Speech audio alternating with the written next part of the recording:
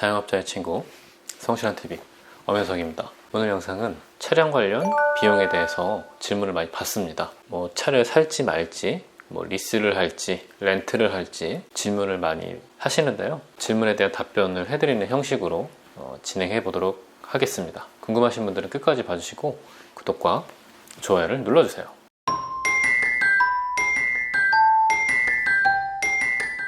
(2016년도) 전에는 법인 같은 경우에는 거의 제한 없이 비용 처리가 됐습니다. 그래서 법인 세워놓고 외제차 리스하거나 해가지고 업무용인지 사업용인지 모호한 게 현실이었는데, 지금 말씀드리는 업무용 승용차 관련된 세무상 제재가 2016년도에 처음 도입됐는데, 일정한 범위 내에서만 비용 인정해주고 나머지는 다 비용 인정 안 해주겠다, 이렇게 지금 바뀌었습니다. 업무용 승용차 관련된 비용 제재를 받는 대상자는요, 내국법인과 개인 사업자 중에서 복식부기 의무자, 그 대상 차량도요, 개별 소비세가 부과되는 차량, 대부분 개별 소비세가 부과되는데, 경차나 9인승 이상 승용차들, 이런 특정 차량들은 개별 소비세가 부과 안 됩니다. 그래서 개별 소비세가 과세되는 차량만 이 지금 세법상 한도 내에서 비용 인정을 해주는 겁니다. 경차를 사든가 9인승 이상 큰 자동차를 사시는 분들, 이분들은 사업성만 인정되면 전액 비용이 인정되는 겁니다. 세무조정이 2단계로 구성되는데요. 1단계는 이 차량과 관련된 감가상각비, 유류비, 리스료, 통행료, 주차비, 또 수선비, 자동차세 등등 모든 차량과 관련된 비용들을 합쳐서 1년에 1,000만 원까지 비용 인정해 주는데, 만약에 운행일지를 쓰신다면 1,000만 원 초과분도 비용을 인정해 주겠다. 이게 바로 첫 번째 1차 세무조정이고요. 그리고 두 번째로 차량에 대해서 무조건 5년 정액법으로 감가상각하도록 감가상각 방법을 정해놨습니다. 예전에는 정률법이라고 해서 초반에 비용 많이 처리되는 그런 방식을 선택할 수도 있었는데, 이제는 그 선택 자체가 안 되고 무조건 정액법 5년으로 감가상각을 하도록 했고요. 이 감가상각비가 최대 800만 원까지만 비용으로 인정해 주는 겁니다. 차량 금액이 대략 한 4천만 원까지는 4천만 원 나누기 5 하면은 800만 원이죠. 감가상각비 800만 원 안에 들어오니까 전액 감가상각비도 비용 인정이 되는 거죠. 그렇다면은 5천만 원짜리 차를 사서 1년 감가상각비가 1,000만 원이었다. 그러면 800만 원을 초과한 200만 원만큼은 그 해에 비용으로 인정이 안 되고, 다음 연도로 2월에서 또 같은 방식으로 계산한 다음에 800만 원과 비교를 계속 하는 겁니다. 800만 원이 또 넘어가면 또 그 다음 해로 넘어가고, 800만 원을 초과한 부분을 남겨두다가 그 차량이 처분될 때 비용을 인정해주는 그런 방식으로 비용 처리가 되는 겁니다. 리스를 했다. 리스랑 렌탈이랑 거의 세무상으로는 차이가 없으니까 그냥 리스로 설명드릴게요. 리스한 차량이다 라고 했을 때 1단계 세무조정은 동일하고요. 2단계 세무조정에서 리스이기 때문에 내 장부에 감가상각비가 안 잡히는데, 세무상 이 정도 금액은 감가상각비야 라고 정해놓은 감가상각비 상당액이라는 개념으로 해서 이 감가상각비 상당액이 800만 원을 넘는지 안 넘는지 이런 세무조정을 해주게 되어 있습니다. 감가상각비 상당액이란 리스료에는 자동차를 유지 관리하는 모든 비용들이 다 포함되어 있습니다. 그래서 리스료에 보험료 빼고 자동차세 빼고 수선유지비를 차감한 금액을 감가상각비 상당액이라고 해서 이 금액과 800만 원을 비교해서 아까 말씀드렸던 800만 원 초과분은 다음 연도로 계속 이월되고, 그 다음 연도에 또 같은 방식으로 계산돼서 계속 800만 원 넘는 금액을 비용 인정 안 해주고 계속 다음 해로 넘깁니다.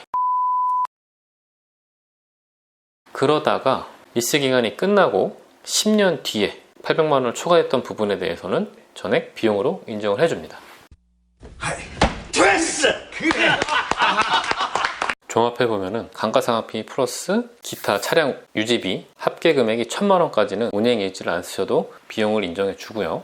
감가상각비 같은 경우에는 800만 원까지만 비용으로 인정해 주고, 800만 원 넘는 금액은 그 다음 연도로 이월된다.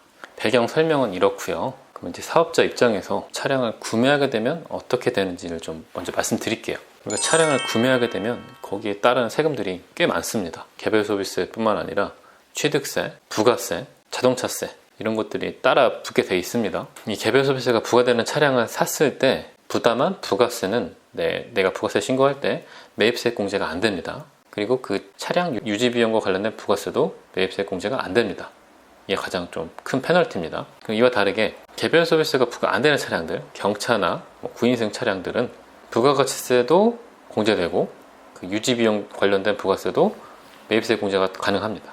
차량을 취득하면 취득세는 기본소비세를 내든 안 내든 동일한데요. 이 경차 같은 경우에는 취득세를 안 내는 조건들이 있기 때문에 경차 같은 경우에 취득세도 안 낸다, 뭐 이렇게 생각하시면 되겠습니다. 그러니까 이제 사업을 막 시작하시는 분들이라면 제 생각에는 세무상 뭐 혜택도 없지만 그래도 불이익을 안 당하시려면은 경차를 사시거나 4천만 원 이하인 거 중에서 9인승 이상 차량을 취득하게 되면 또 문제가 뭐냐면은 건보료가 또 올라가요. 좋은 차를 타면 탈수록 건보료가 올라갑니다. 나도 적금 붓고 보험 들고 살고 그런다.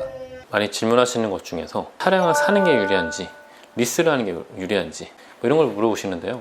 뭐 리스랑 렌탈은 세무상으로는 그게 큰 차이가 없어서 그냥 리스만 설명을 드릴게요. 사는 순간 감가상각되고 차량 유지비가 들어가고 해서 세금적인 것만 떠나서 월 내가 운영비용으로 얼마를 쓰는지 1,000만 원, 감가상각은 800만 원. 그러니까 이 범위 내에서 쓰신다면 본인의 자금 사정 혹은 본인의 취향에 따라 선택 사항일 것 같습니다. 리스를 나중에 교체할 때 그 교체 주기가 있을 텐데 원활하게 다른 사람한테 승계시킬 수 있느냐, 이게 또 스트레스거든요. 이런 거 스트레스 때문에 그냥 차량을 사시는 분들도 봤어요. 그리고 좀 많이 물어보시는 것 중에서 차량 관련된 비용은 소득에서 빠지는 거기 때문에 기본적으로 세율이 높은 구간에 있는 분들이 절세 효과가 큽니다. 소득세 세율이 6%에서 42%까지인데 세법에서 인정해주는 게 상각비 800만 원까지니까 그 4천만 원 정도의 차량을 구매하거나 리스를 했다 라고 했을 때 절세 효과가 요 금액 4천만 원 곱하기 세율입니다.